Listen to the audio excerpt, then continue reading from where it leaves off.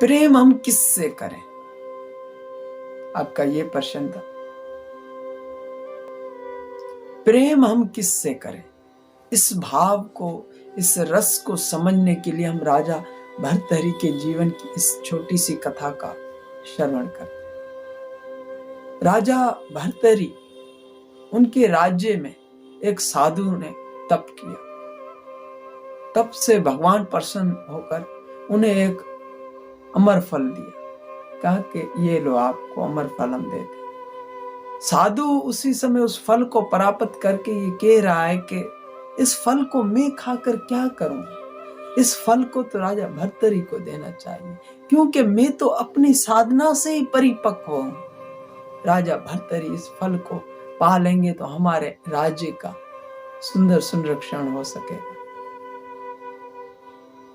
भक्तजन, जब वही फल राजा भर्तहरि को दिया गया तो उसी समय राजा भर्तहरि ने वो फल को प्राप्त करके उस फल को लेकर अपनी पत्नी से जो प्रेम करते थे उनको दे दिया कि मैं इस फल को क्या करूंगा, मैं तो आपको ये देख कर ही जी रहा हूं, ये आप लें फल। उसकी पत्नी को फल मिला। उसकी पत्नी ने वही अमर फल, राजा भर्तहरि के सैनिक थे, उन्होंने से एक सैनिक से वो प्रेम करती थी, उसको दे दिया। कहा कि ये लो।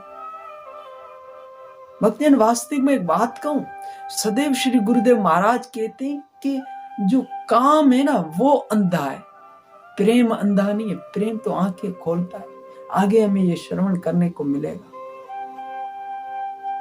जैसे ही वो फल उस सैनिक को दिया, वो सैनिक गांव में एक नृत्य करने वाली एक वेश्या से प्रेम करता था। वो उसका रोज नृत्य देखने जाता था।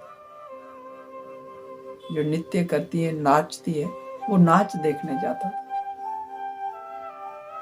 इसने जाकर उसको फल दे दिया कि मैं तो आपसे प्रेम करता हूं, ये फल आप ले ले, अमर फल।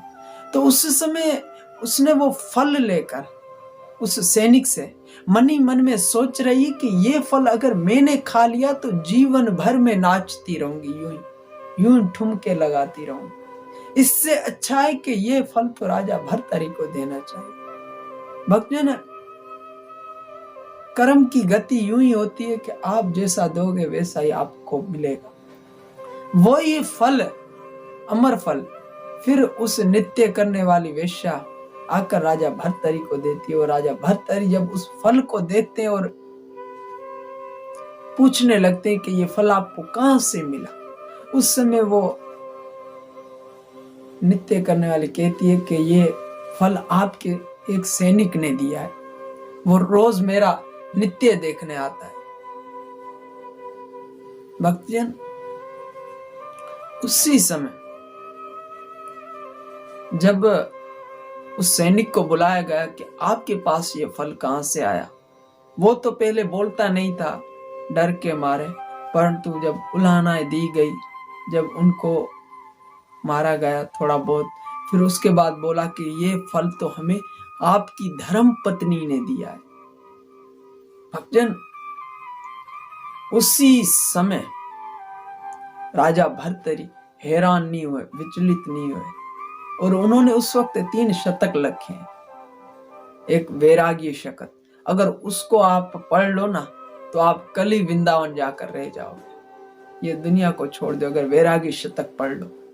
अगर आप नीति शतक उनका पढ़ लो, राजा भर्तहरि का लिखा हुआ, तो आपसे बड़ा इस पृथ्वी पर राज्य कोई नहीं संभाल सकता।